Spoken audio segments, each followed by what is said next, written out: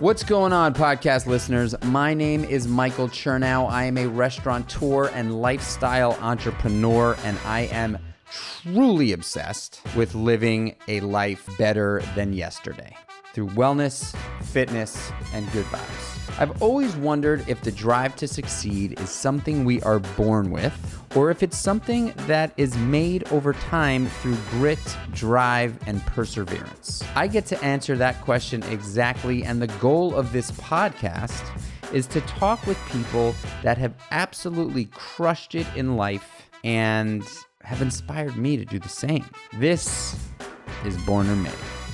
Ladies and gents, thank you so much for joining me again on the Born or Made podcast.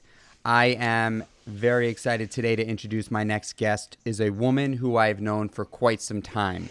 Megan Dolce is a life coach. She is a corporate B2B coach.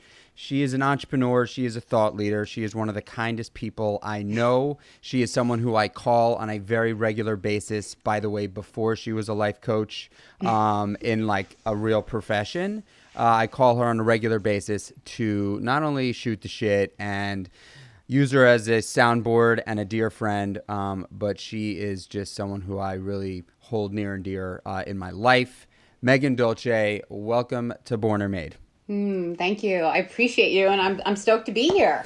You and I met about, I guess, 8 years ago, something like 8 years ago, when the Lululemon people reached out to me and asked if I was. I don't know if that was something that you instigated or Megan instigated. Okay. That was me. That was you. So I got an email from someone at Lululemon saying, hey, we'd love to chat with you about potentially doing some sort of an ambassadorship with the company. And I, of course, was thrilled. And I said, yeah, I'd love to. And then even more so when I met you, who I truly consider like a sister. You are someone who has helped guide me, someone who has really just been there by my side throughout this whole entire journey we call life over the last eight-ish years.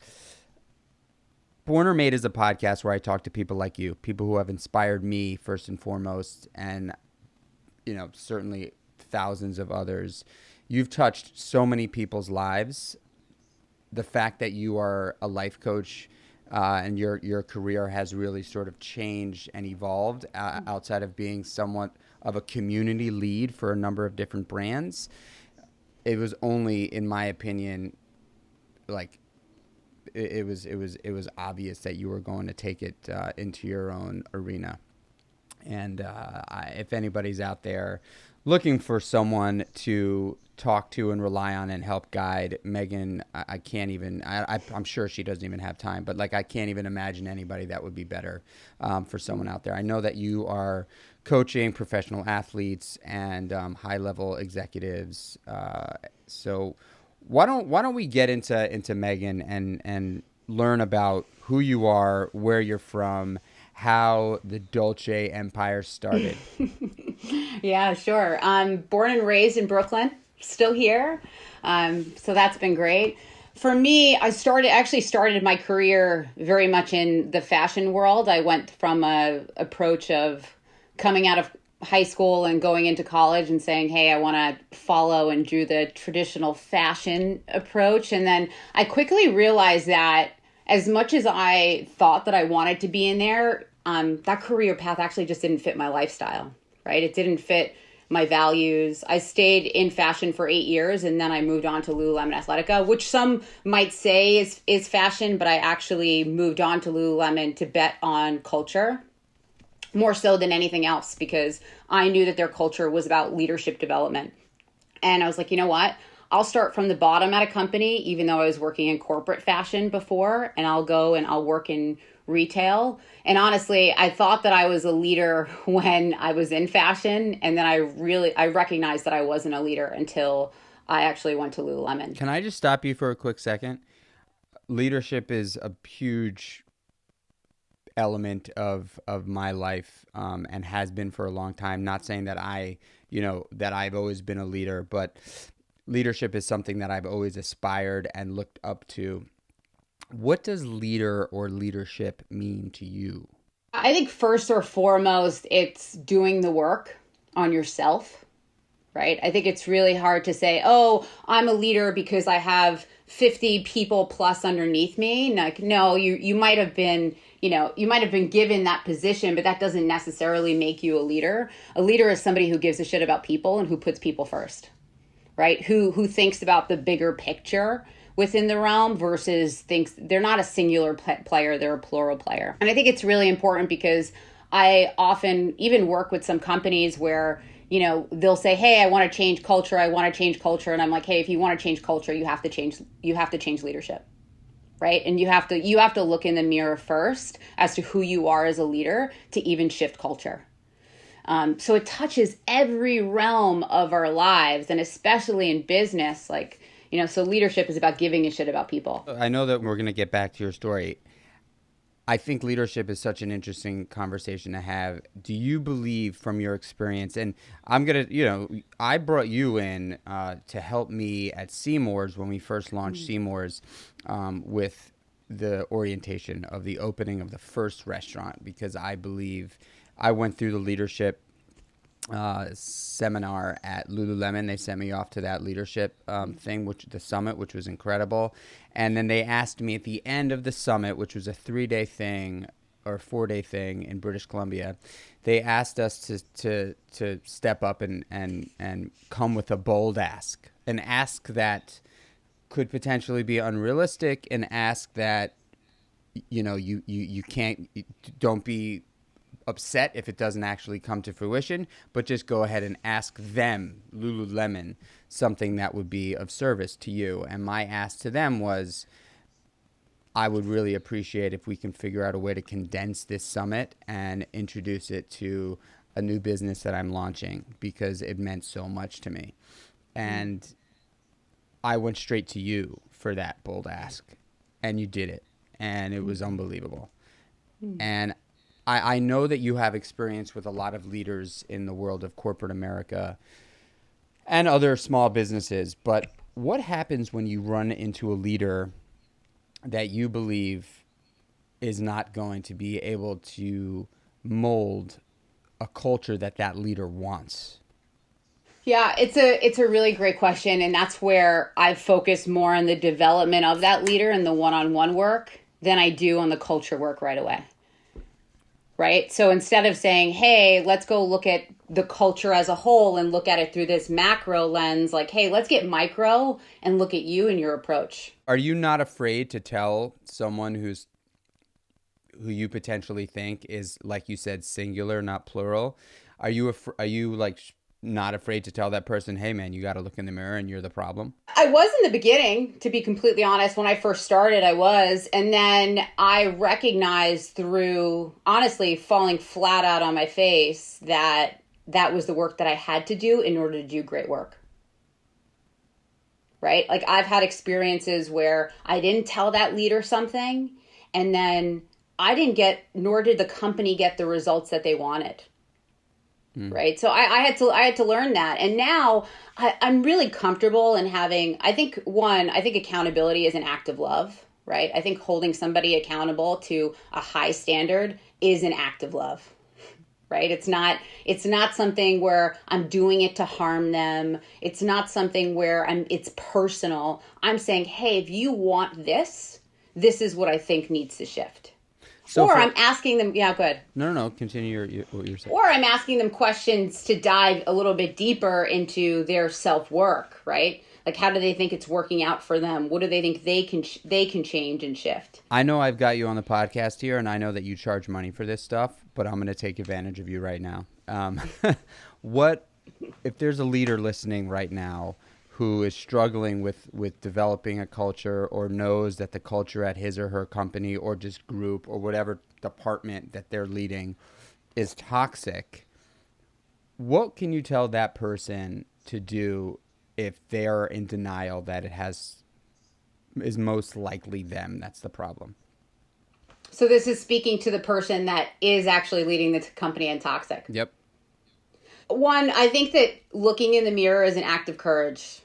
I think looking in the mirror and doing some solid self-reflection is actually the most courageous thing that you can do in life, right? It's like letting go of your ego. And also asking, hey, if I keep this up, what are the results that I'm going to get?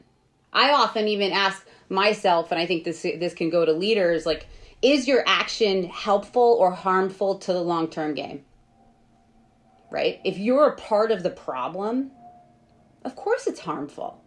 And it stems from you. So and I know I've had some people call me and they're like, hey, Megan, can you come and help with culture? And I know off the bat that they want me to come and put a Band-Aid on the company. And then they want to say, oh, I've done this and we're good, and wipe their hands with it. And I actually don't work with those companies anymore. I work with companies that actually value culture and want to change culture and create what culture means for the new age that we're in, versus somebody that's like, oh, we're going to bring, extra activities in for our employees. Like, I think that culture really stems down to communication and active listening. Everything else is extra credit. I could not agree more. One thing that I've been battling a little bit and trying to figure out if there is actual viability in it is trying to figure out a way, if there is a way, to change the spots on a leopard's back. I believe in my heart of hearts that people can change in anything. I know that I'm a changed person from my past to my current.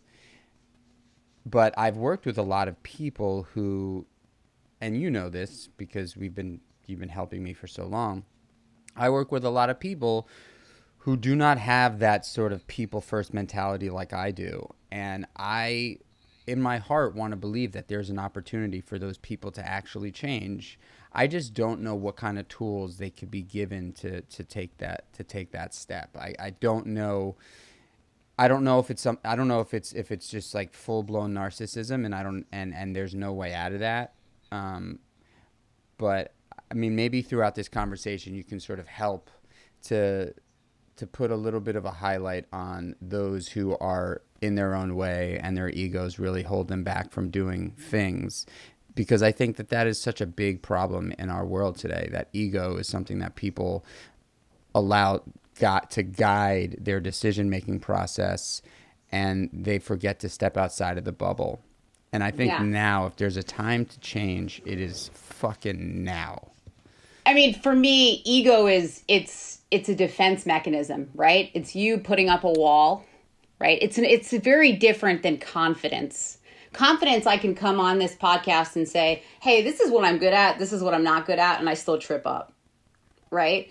But with ego, it's hard to even get there, because it's you've built this wall in front of you. And I think a lot of it could be from the past. Maybe it's too heavy to actually acknowledge your faults, because of maybe it stems from how you were raised, and that goes into therapy work. That's very different work than my work, but sometimes it is that. Sometimes it's hard for people to admit their faults because they make it seem like they're a bad person or that they're not doing it right. It's actually, so it's a lot more deeper than that. But like I said before, I think the question of, is it helpful? Is it helping me, or is it harming me? Is it helping others, or is it harming others? Is it me? I mean, those are like self-reflection questions are everything. I love that question. Is it me? I think that could be one of the most important. That could be one of the most valuable questions anyone, regardless of what position you're in, what phase of development in life you're in. If you can honestly ask yourself that question on a regular basis, is it me? And give yourself an honest, genuine answer. Imagine the President of the United States would ask himself that question every morning. Yeah. Good luck. Yeah. But that's what I say too. Like, I don't know the way that his mentality and the way that he was raised and now look at his actions. It's really, really hard, but it comes by choice, and it comes by being courageous enough to look in the mirror and do the work. So you're born and raised in New York. You kind of skipped over a bunch of stuff. Yeah. You started with your fashion work, but let's get a little deeper than that. You are truly someone who likes to help people. I believe I'm not telling you your why, but I know my why, and I guarantee my why is very similar to your why. My why is to be of service, period. That is, I make people, like, I love making people happy. I think that is, at the end of the day, what drives me. And I have, I mean, besides our parents being different, I feel like we're so similar that way in many ways. But what is your why, and why do you think that is? I call my why my contribution. And the only reason why I use the word contribution is because it's an active word, right? It's a word where I'm like, okay, have I contributed based on what my contribution is each and every day? And my contribution is that I remind people that they matter and that they have a place in the world, that they play big in the world. I never, ever feel like I'm one out of the million people in the world, or I have millions and millions of people in the world. I always feel like I'm one out of one, you know? And I'm like, how do I get people to recognize that their self-identity is unique in its own, right? That they can play so big just based on who they are versus tying it to what they do and being in comparison. So that's my contribution. This podcast is about the why. It's called Born or Made. We try to figure out if people like you were born with an inherent ability to get to where you're at today, or if you were made over time. The born piece is the why.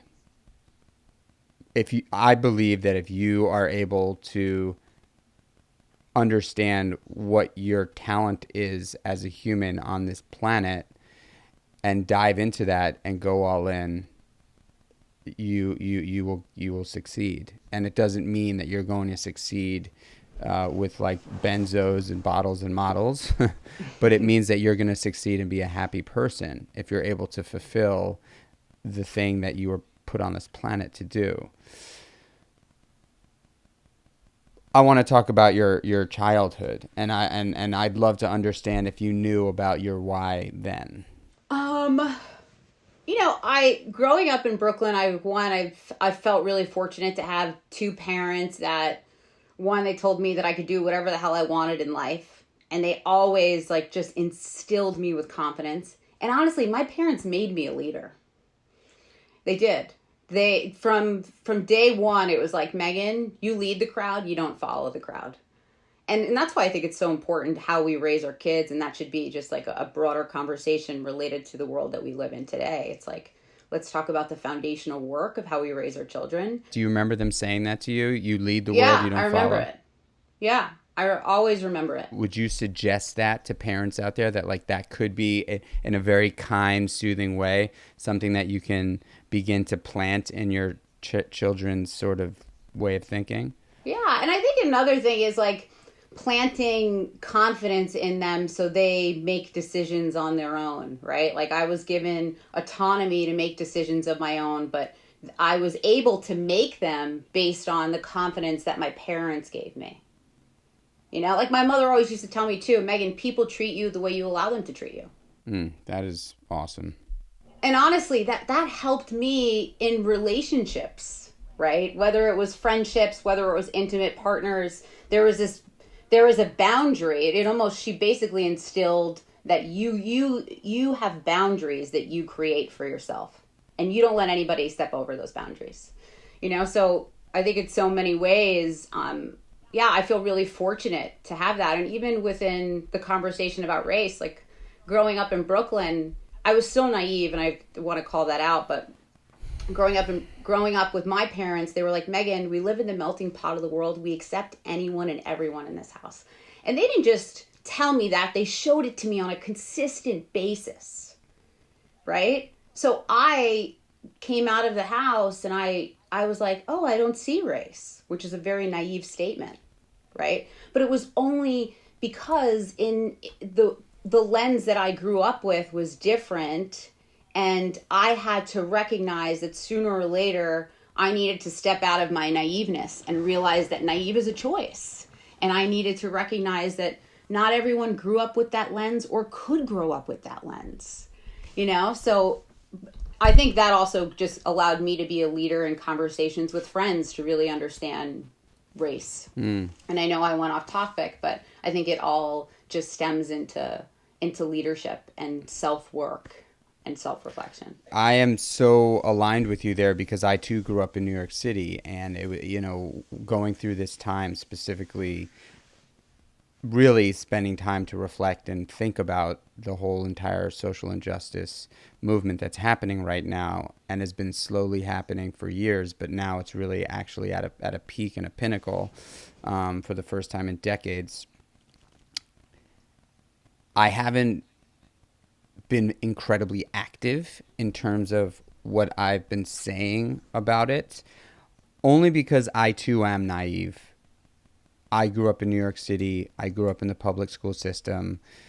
I had friends of all races, shapes, and sizes, sexual preferences. I mean, there was no New York City, specifically Manhattan public school. You just didn't see color because everybody was together. And so walking into this scenario and doing my very best to sympathize and understand where I am naive and where I have not, and where I am privileged, specifically being a white man growing up in New York City, it's a very, very difficult topic for a lot of people right now.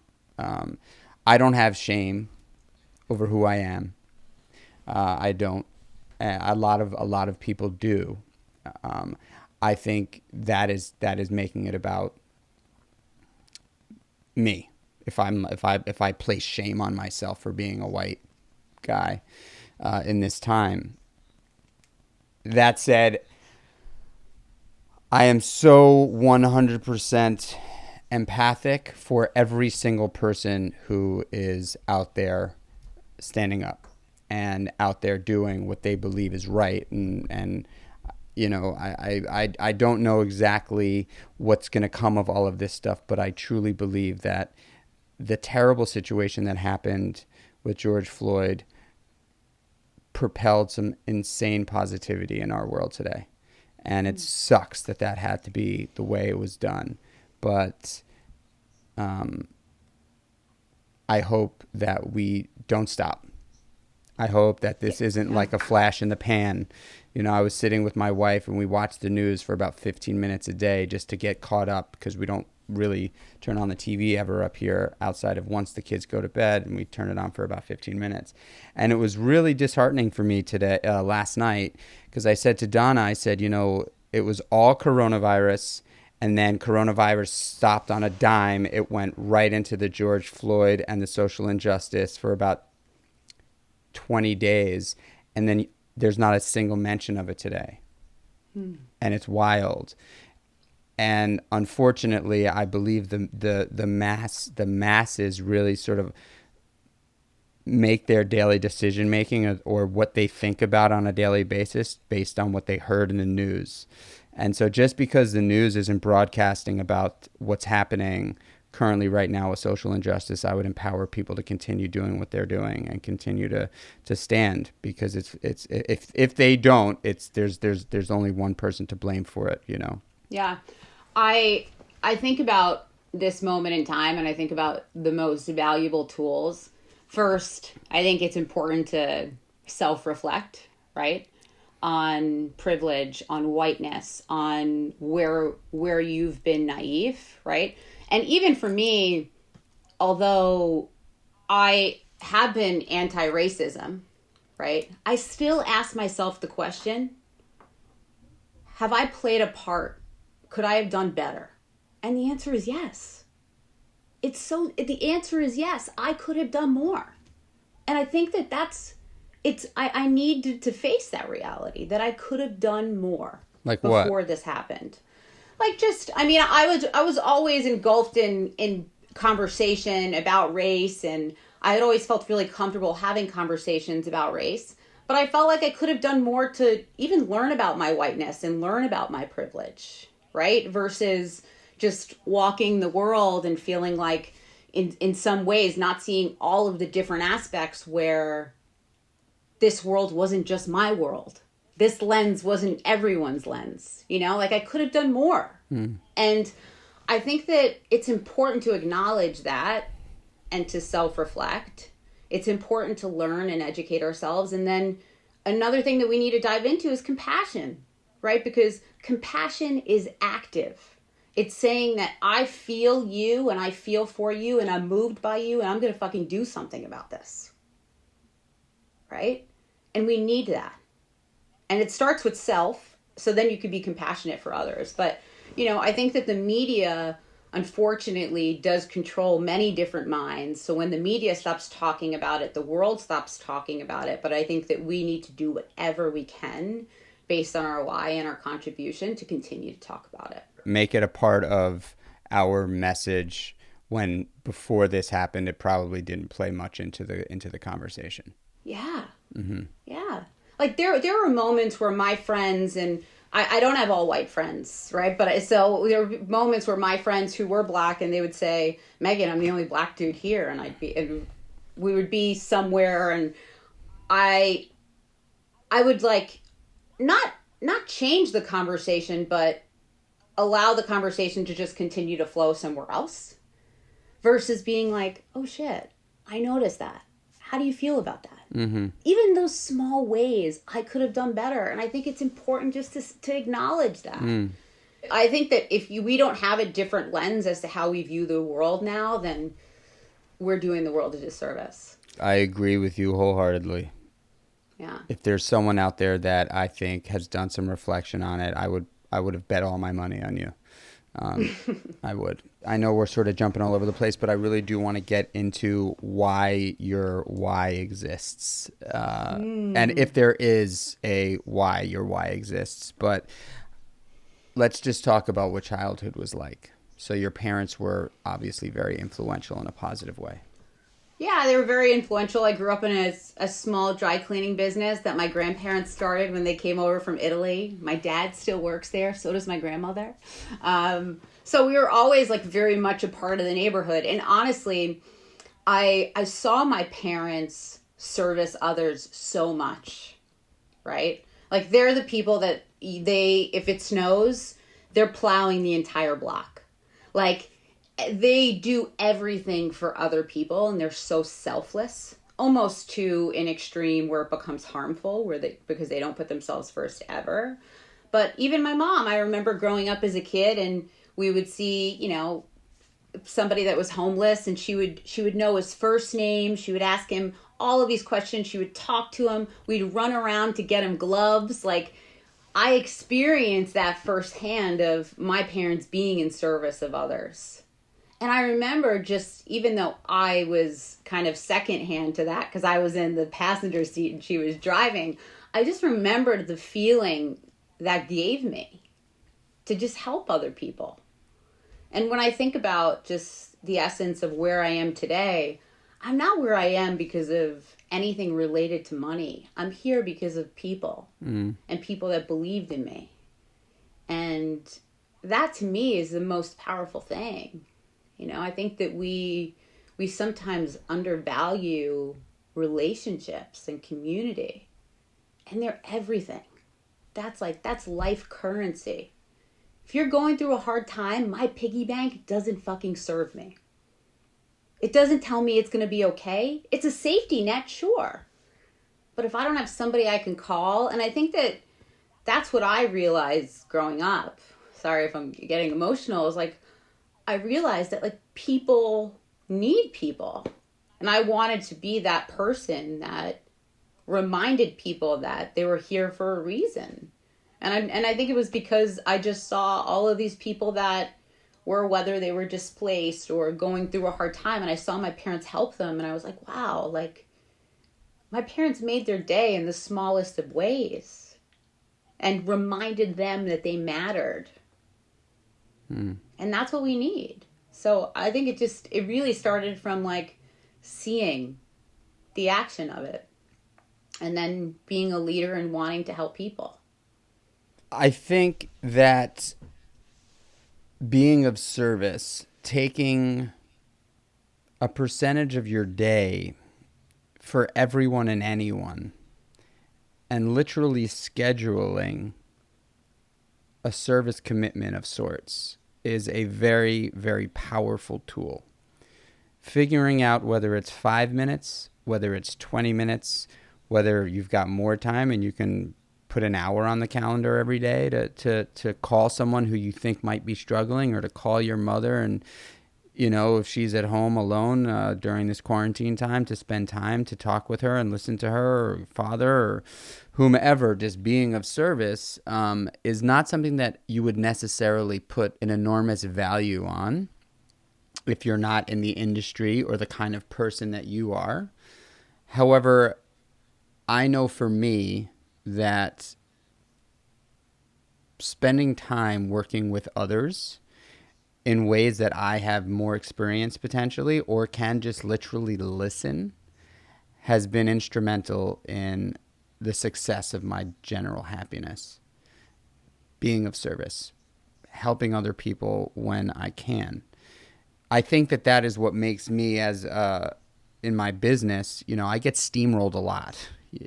I just do, because I'm a nice guy. But I also think that's what makes me the kind of leader that people would kill for. And you've helped me out so much there. When did you sort of come to a place in your journey that you felt like a leader for the first time, or you felt like this was something that you were going to do? Oh, such a great question. I'm trying to think when. I think it had to have been when I was working at Lululemon, and I had a team, and I was really diving into my leadership. I was like falling flat on my face sometimes, like with doing the right thing, doing the wrong thing. But I recognized like how much I really loved my team, and how it wasn't just about work. It was like really caring about them as people, right? Like really looking out for them. And looking out for them in the sense where, like, I always knew this in the back of my head too, that to be a great leader, you cared about people, you were empathetic. It was more than just work. It was life as a whole. But then you drew the line where you didn't touch too deep into friend zone, because they still needed to respect you as a leader.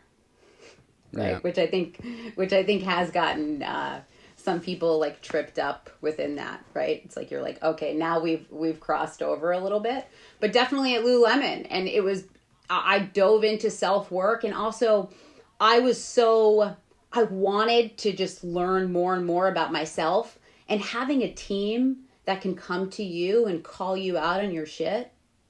Like that's the biggest learning in leadership is, one, are you that leader that people can come to and say, hey, Meg, I feel like you don't do this right, or don't do that right, or you did this and this bothered me. And I had to self-reflect on that and say, okay, like it was always a punch in the gut. But like I said before, I've grown to know that accountability is love. I think one of the saddest things in life potentially is when somebody's working on a team or somebody's working at a company and they're not able to approach the leader and have an honest conversation. I know that all too well.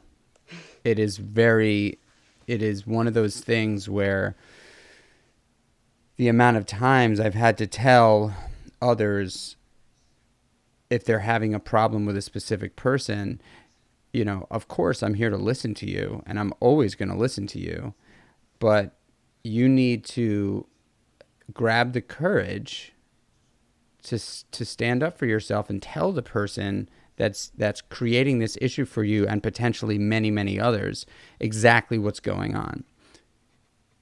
And I believe that if people in a leadership position are not making themselves available for those types of conversations, there's no chance for harmonious, sort of like a harmonious workplace. Do you think that there is an opportunity for someone listening right now who knows that they're the kind of person that's not approachable to sort of step back and start to understand that there is a way for them to receive information like that without getting insecure about it? Yeah, I think that if you're not open to feedback, you're being stingy with yourself, right? Like you're saying that, okay, I don't need to grow anymore. Every every ounce of feedback that I've had, and listen, there's feedback where you're like, okay, take what you need to take and then toss what you need to toss. Not all feedback is, 100% accurate or, has to all be taken on. But I do think that if you're a leader where people can't come to you, like that's something that again you need to self-reflect on and realize that you're only holding yourself back. In your experience, because you obviously have a lot of experience in this type of work, do you believe that most leaders are more like that, where they cannot accept feedback? Or in your experience, are most leaders willing to listen to their people? I think that new age leaders are willing to listen to their people. And I think that there are some leaders that are outdated. They're leading organizations the way that maybe their parents led an organization, or maybe they read in a book that was, came out 20 years ago, And I do think that there are going to be a lot of leaders when the next generation comes up that are going to be outdated. They're already outdated, to be completely honest. If you choose to not grow and not keep up with the times, you will be outdated and bypassed in life. This world is moving too damn fast. And the younger generation doesn't want to work with a shitty leader. They don't. So even for talent, it's hard. One piece of advice that I would like to give, because I love this conversation. I didn't expect us to talk specifically about leadership because you have such an awesome story. But because we're here, I just want to keep going with it because I think this podcast could be specifically about leadership. One piece of advice that I would give anybody in a leadership position to absolutely 100%, if they're not doing it, they better start doing it, is to take full responsibility for everything that happens within the team, organization, or company. Meaning, every single failure belongs to you. Not only does it belong to you because you are leading the ship and leading the people, it doesn't matter if you had zero to do with it. Every single thing belongs to you. And not only do you have to understand that internally, but you have to make the team understand that you are holding yourself completely accountable. Because once a team and once a group of people feel like the leader is taking accountability, then they believe that they are going to be part of the solution. Once somebody has to step back on their heels and get defensive and put their hands up because they're getting a big finger to the face or publicly humiliated by someone saying this is your fault and you didn't do this and you didn't do that, that immediately immediately evokes defensive behavior. And I think me as a leader, I know for first and foremost, if there's anything I do well, it's listen to people and also hold myself completely accountable for everything that happens, positive and negative. Doesn't mean that when we win, I'm like, this is all me. That means this is all us. But when we lose, I like to convert it to this is all me. Now I need you. And I think that kind of mentality, that kind of philosophy is the responsibility you take as a leader. It is the responsibility that you should actually amplify as a leader because you learn in losing. But if you're in defense mode while losing, it becomes a selfish thing. Right? Because once you're defending yourself, it's all about you. It's not about the things around you. It's like, I don't want to get hit. I don't want to get hurt. All I can think about is me right now. But as a leader, if you're not taking full accountability, specifically for the things that happen in the failing, losing zone, there is a big, big, big hurdle to hop over. Do you agree with that? I do. I think that responsibility, and responsibility doesn't necessarily have to mean that you were the one that like did the action with your hands, but that means that you're taking responsibility for the macro action as a whole, right? And I want to send back to leadership. Really, a great leader is a great communicator. They're a great enroller. They're saying let's go together. They're holding the flashlight and everybody's walking behind them. Like, they're leading the way, you know. And I think it's important because I often feel that people just miss the mark as to what leadership is. And you know, I don't think that we would have as many problems within culture in corporations if we had better leaders within corporations. What does culture mean to you? Culture is the heartbeat of the company. It's literally what makes a company, right? There's product, there's service, and then culture is like, how do we come to life as people and bring the meaning of the company to life? Like, how do we make this heartbeat vibrate outside, but from inside? And I think some people too, they think, oh, we're going to create community and we're going to do all of these things culturally, externally for others. And then I get internally and I'm like, whoa, you're not even doing any of this for the team here. The heartbeat is internal. It's not external. You know, and I think that's, to me, and culture is hard work, but that to me is where people miss the mark. On that note, I agree with you. I think culture is everything. I think a business without culture, positive culture, is really dead. However, there are some iconic companies that are notoriously known for having terrible culture, although their year-over-year revenue continues to grow. They're, S&P 500 company. How do you define that? Like, I mean, I know that it's a sort of loaded question, but there are companies out there that have insanely toxic cultures and really, really difficult places to work.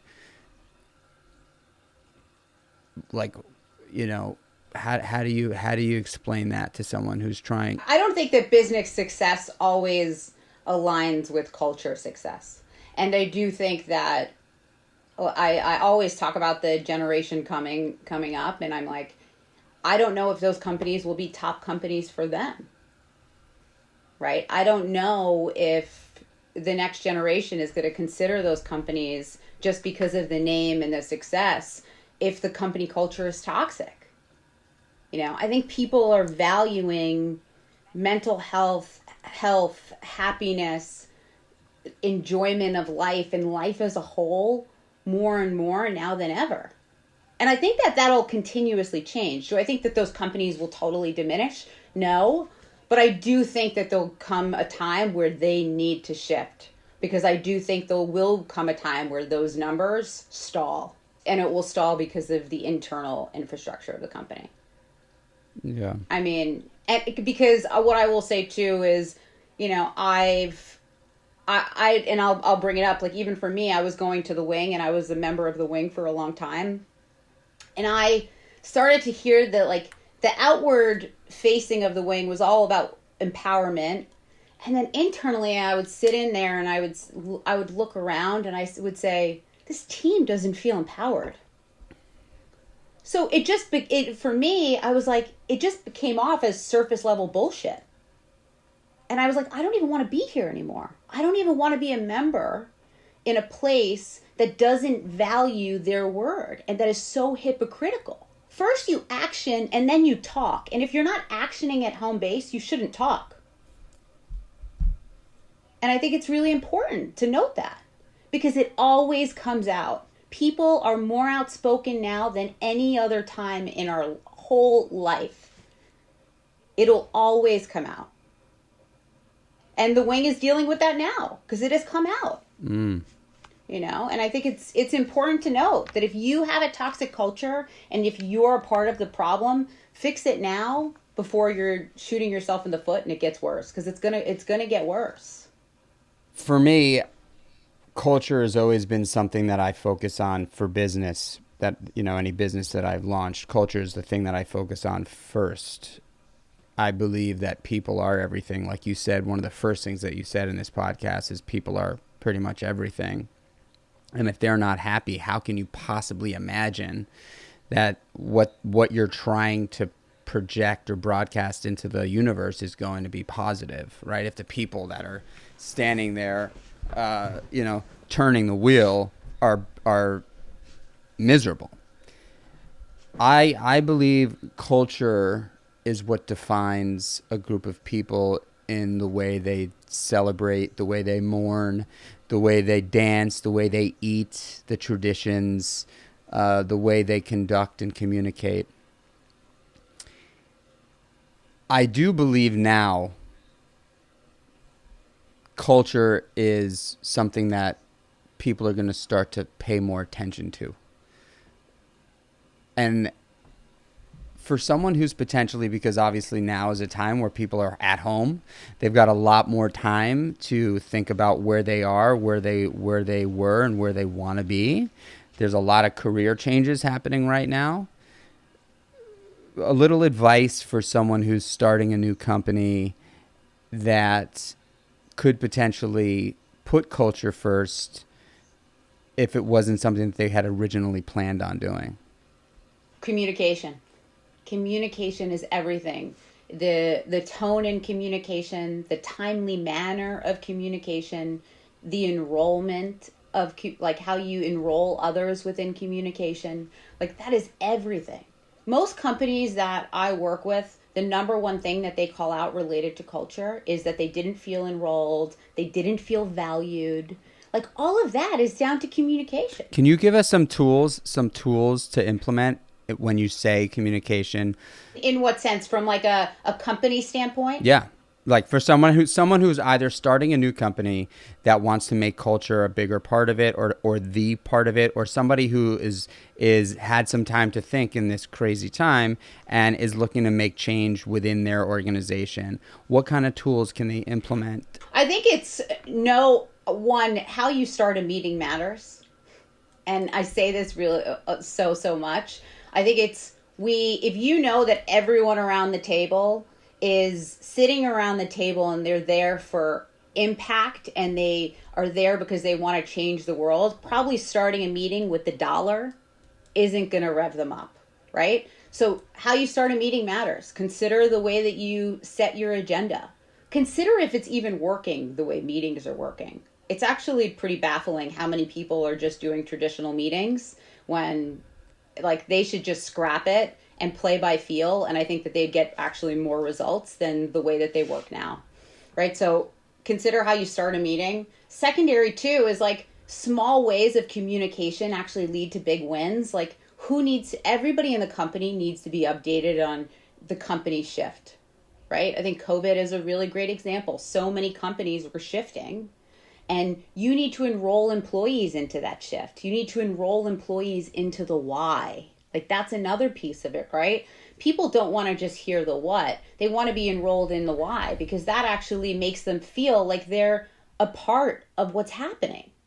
Like they can go and speak to somebody else and say, hey, this is the way that we're going and it's because of this. That also teaches them, right? So I'd say like those two things matter. And then I'd also say too, executive team is everything. It's like the relationship between the executive team. If that relationship is off, the whole company is off. So you think hard decisions potentially have to be made in order to, like super duper hard decisions have to be made in order to right size culture? Yeah. Mm-hmm. And I really do think it starts with the executive team. And it starts with how they communicate with one another, how they work with one another.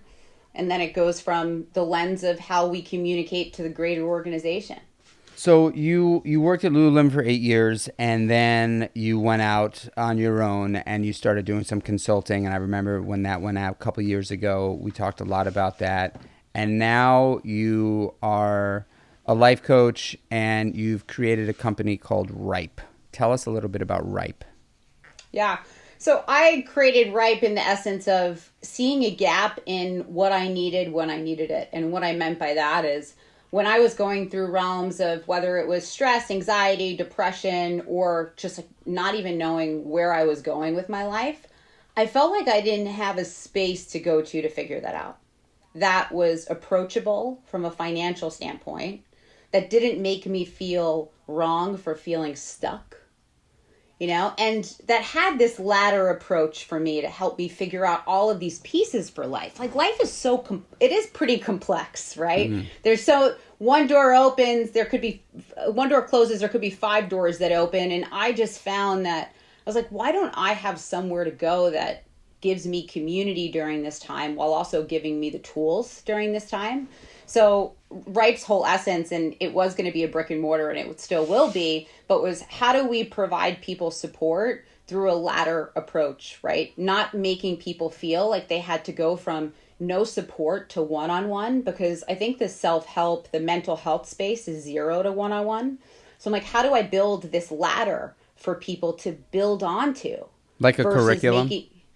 Not even just a curriculum. So for instance, the base of the ladder is how do I provide like a free content resource? So if you're feeling stressed, you can type in stress and then you can get some tools related to dealing with stress. That's very cool. Right now you type in stress in Google and you've got like, you should go see a doctor. There's something wrong with you. It's like WebMD. If you type in anything related to how you feel on Google, you're going down a rabbit hole and you're spiraling and you feel like there's something wrong with you. So are you saying that Ripe is essentially a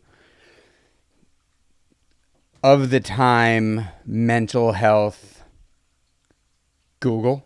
That's one piece of it, right? There'll be a free content space, which I'm building out. And then on top of that, it goes to classes, workshops, support groups, courses, group coaching, group therapy, one-on-one coaching, one-on-one therapy, right? Right now, out of all of that, what we are, and it's really just because of COVID times and the business is still building, is right now I host D2C workshops. So those are open to the public. There's like 2 to 3 a week. I do a lot of business consulting around culture and also do like lunch and learn workshops, etc., on stress, burnout, and anxiety, right? Thinking about like what are the foundational elements that we all go through, like a red thread. What is the red thread that we consistently go through? And then it's one-on-one coaching. So I'll be bringing more one-on-one coaches on, but right now it's me and I'm predominantly focused on entrepreneur and professional athlete. Megan, you are such a special person. You have been such a pillar in my life. Whenever I am literally down in the dumps and trying to figure out how to put my right foot forward, you're the first person I think of most of the time.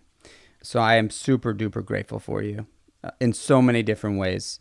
Do you believe that you were born with the skill set to get to where you're at today, or were you made over time?